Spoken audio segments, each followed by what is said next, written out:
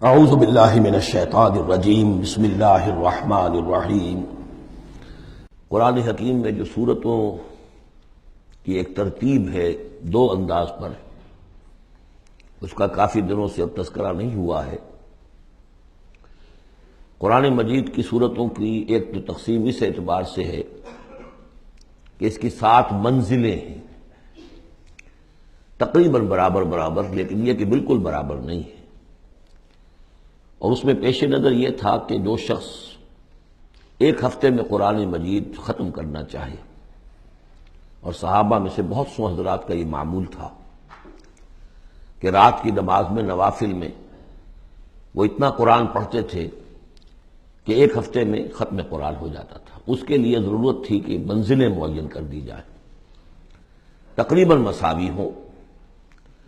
اس میں حسن یہ بھی ہے کہ کوئی سورت تقسیم نہیں ہوتی، پوری کی پوری صورتیں اس میں شامل ہیں، پاروں والا حساب اس میں نہیں ہے۔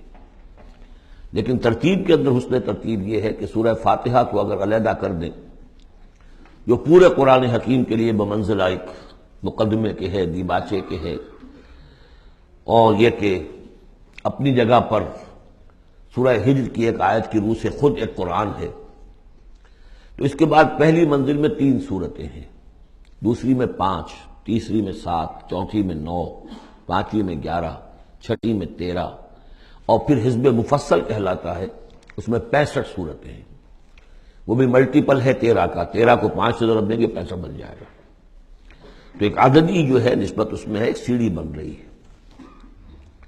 ایک اور جو گروپنگ ہے ان صورتوں میں وہ یہ ہے کہ ایک یا ایک سے زائد مکی صورت، پھر ایک یا ایک سے زائد مدنی صورت، یہ ایک گروپ، پھر مکی پھر مدنی دوسرا گروپ، پھر مکی پھر مدنی تیسرا گروپ، اس طریقے سے بھی 7 گروپ ہیں۔ یہ گروپ جو ہیں اس سے پہلے ایک جگہ پر یکجا ہو گئے تھے، دوسرا گروپ بھی ختم ہو گیا تھا سورہ توبہ پر، اور دوسری منزل بھی ختم ہو گئی تھی سورہ توبہ پر۔ تو میں نے آپ کو بتایا تھا کہ قران السعدین ہو گیا، یہاں پر 2 سعید چیزیں جمع ہو گئیں۔ قرآن حکیم کی صورتوں کی 2 منزلیں بھی ختم ہوئی سورہ توبہ پر، اور سورہ یونس سے تیسری منزل کا آغاز ہوا، اور مکی مدنی صورتوں کے گروپوں کا بھی جو دوسرا گروپ ہے وہ ختم ہو گیا سورہ توبہ پر، اور سورہ یونس سے تیسرے کا آغاز ہوا۔ وہی قران السعدین یہاں بھی ہو رہا ہے۔ سورہ حجرات پر مکی اور مدنی صورتوں کا بھی گروپ ختم ہوا، لیکن وہ 5واں گروپ ہے، اور منزل بھی ختم ہوئی، لیکن وہ 6ٹھی منزل ہے۔ یہاں وہ برابر نہیں ہے، وہاں دوسری منزل اور دوسرا گروپ یکجا ختم ہوا، تیسری منزل تیسرا گروپ یکجا شروع ہوا۔ یہاں سورہ قاف سے آگے یہ ایک منزل ہے، اس کو حزب مفصل کہتے ہیں، اور دوسری یہ کہ یہیں سے 6ٹھی جو گروپنگ ہے مکی اور مدنی صورتوں کی وہ شروع ہو رہی ہے سورہ قاف سے۔ سورہ قاف سے لے کر سورہ واقعہ تک اس میں 7 سورتیں جو ہے مکیات ہیں، پھر سورہ حدید سے لے کر سورہ تحریم تک 10 سورتیں مدنی ہیں۔ اور یہ اس اعتبار سے بھی ایک عجیب حسن ہے اس میں کہ جیسے پہلے گروپ میں مکی صورت صرف سورہ فاتحہ ہے، اور مدنی صورتیں 6.25 پارے پر پھیلی ہوئی، سورہ بقرہ، سورہ آل عمران، سورہ نساء، سورہ مائدہ۔ لیکن یہ کہ اگلا جو گروپ ہے وہ متوازن ہے، 2 صورتیں مکی 2 مدنی، سورہ انعام، سورہ اعراف مکیات، سورہ انفال، سورہ توبہ مدنیات۔ ادھر بھی یہ ہے کہ جب آپ آخر سے چلیں گے تو جو آخری گروپ ہے 7واں گروپ، وہ بالکل برعکس ہے پہلے گروپ کے، کہ تقریباً سارا کا سارا مکی صورتوں پر مشتمل ہے۔ مدنی صورتیں 2 تو وہ ہیں جو بالاتفاق مدنی ہیں، آخر بمعوذتین، باقی کے بارے میں اختلاف ہے، وہ میں بعد میں عرض کروں گا، لیکن بہت کم ہے۔ لیکن ادھر سے جب ہم چل کے آتے ہیں ادھر، گویا کہ جو 6ٹھا گروپ ہے وہ متوازن ہے، تقریباً 1.25 پارہ جو ہے اور 1 پارہ یہ بنتا ہے سورہ قاف سے لے کر اور سورہ واقعہ تک، اور ذرا سا 1 پارے سے زائد جو ہے وہ سورہ حدید سے لے کر اور سورہ تحریم تک، یہ بھی متوازن ہے۔ پھر خاص طور پر اس میں جو یہ مکی صورتیں ہیں، سورہ قاف سے سورہ واقعہ، سورہ قاف، سورہ زاریات، سورۃ الطور، سورۃ النجم، سورۃ القمر، سورۃ الرحمن، سورۃ الواقعہ، یہ ایک اعتبار سے قرآن حکیم کا حسین ترین حصہ ہے، یعنی عربی ادب کے اعتبار سے۔ صوتی آہنگ کے اعتبار سے، ڈیوائن میوزک جسے میں کہتا ہوں، قرآن کا ڈیوائن میوزک، چھوٹی چھوٹی آیتیں، ردم ہے اور فلو ہے تیز، الفاظ کے اندر بھی ایسا معلوم ہوتا ہے جیسے نگینے جڑ دیے گئے ہوں۔ چنانچہ انہی میں سے ایک سورت وہ ہے سورت الرحمن، جس کے بارے میں حضور نے فرمایا سورت الرحمن عروس القرآن، یہ قرآن مجید کی دلہن ہے۔ یہ صورت جو ہے اس اعتبار سے یہ قرآن مجید میں ادبیت کے اعتبار سے، فصاحت و بلاغت کے اعتبار سے یہ چوٹی پر ہے۔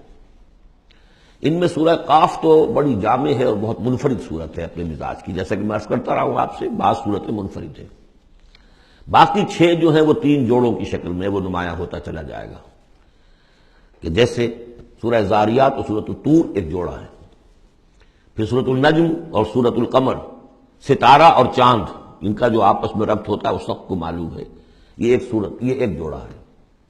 پھر سورۃ الرحمن، سورۃ الواقعہ، یہ ایک جوڑا ہے۔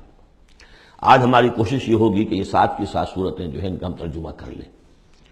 اب بسم اللہ کیجئے۔ یہ آپ کو معلوم ہے کہ یہ جو اب جو 2 گروپس آ رہے ہیں مکی صورتوں کے، بار بار کہہ چکا ہوں کہ ان کا زمانہ نزول ابتدائی 4 سال، یہاں سے جو لے کر آخر تک جو صورتیں ہیں، یہ ابتدائی جو 4 سال ہیں حضور کے قیام مکہ کے، اس میں نازل ہوئی۔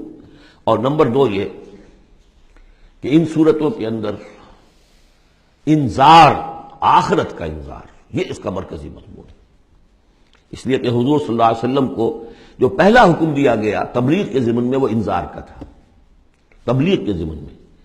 آپ کی نبوت کا ظہور میں بتا چکا ہوں آپ کو کہ وہ تو ہو گیا تھا، سورۃ العلق کی آیات سے 5 آیات نازل ہوئی، نبوت محمدی کا ظہور ہو گیا، لیکن اس میں تبلیغ کا حکم نہیں ہے۔ اقرأ بسم ربک الذی خلق، خلق الانسان من علق، اقرأ وربک الاکرم الذی علم بالقلم، علم الانسان ما لم یعلم۔ لیکن یہ کہ جب سورۃ المدثر کی آیات نازل ہوئی، شروع کی 7، اور میں سب سے پہلی کیا ہے، یا ایھا المدثر قم فانذر، اے لحاف میں لپٹ کر لیٹنے والے صلی اللہ علیہ وسلم، اب کھڑے ہو جاؤ، کمر کس لو اور خبردار کرو۔ یہ خبردار کرنا کس بات کا ہے؟ کہ تم یہ نہ سمجھو کہ زندگی بس یہی زندگی ہے، کھاؤ پیو عیش کرو، بس بات ختم ہو گئی، کوئی پوچھ گچھ نہیں، کوئی محاسبہ نہیں، کوئی دوبارہ جی اٹھنا نہیں۔ تمہیں ایک خالق اور مالک نے پیدا کیا ہے، اس نے اس کائنات کو بنایا ہے، یہ کائنات بھی دائمی نہیں ہے، اسے بھی ایک وقت میں ختم ہونا ہے، اور تمہیں معلوم ہے کہ تمہاری زندگی تو دائمی ہے ہی نہیں، تمہیں ایک وقت میں مرنا ہے۔ لیکن یہ کہ مرنے کے بعد پھر تمام انسانوں کو دوبارہ زندہ کیا جائے گا، اور پھر ان کا حساب کتاب ہوگا، جواب دہی ہوگی۔ You will have to face the grand accountability of the day of judgment، جواب دہی کرنی ہوگی، حساب کتاب ہوگا اعمال کا، اور اس کا پھر جزا و سزا کے فیصلے ہوں گے۔ یہ ہے انذار۔ اور جیسا کہ ہم دیکھتے آ رہے ہیں، ہر جگہ قرآن یہ کہتا ہے جن کے دل آخرت سے غافل ہیں، جن کے دلوں میں ایمان بالآخرت نہیں ہے، وہ لوگ جو ہیں لاکھ آپ انہیں سمجھا لیں، لاکھ وہ سمجھ میں آ بھی جائے گی بات، لیکن جانتا ہوں ثواب طاعت و زہد پر طبیعت ادھر نہیں آتی ہے۔ آخری معاملہ یہی ہوگا کہ ادھر رخ نہیں کریں گے جب تک کہ آخرت کا یقین نہ ہو۔ اسی وجہ سے بالآخرت ہم یوقنون، آخرت کے لیے صرف لفظ ایمان بھی کافی نہیں سمجھا گیا، آخرت پر ان کا یقین، اس لیے کہ یہی چیز ہے کہ جو انسان کی شخصیت اور سیرت کے اندر عملی اعتبار سے تبدیلی لاتی ہے۔ تو ان تمام صورتوں کا مرکزی مضمون وہی ہے، ویسے یہ کہ اور دوسرے مضامین بھی آئیں گے۔ اب یہ چھوٹی صورتیں ہیں، ایک ایک رکوع کے اندر بھی آپ کو تمام انباء و رسل مل جائیں گی، وہ مضامین سب آئیں گے جو مکی صورتوں کے مشترک مضامین ہیں، لیکن یہاں جو ڈور ہے وہ ہے انذار آخرت۔ صدق اللہ العظیم۔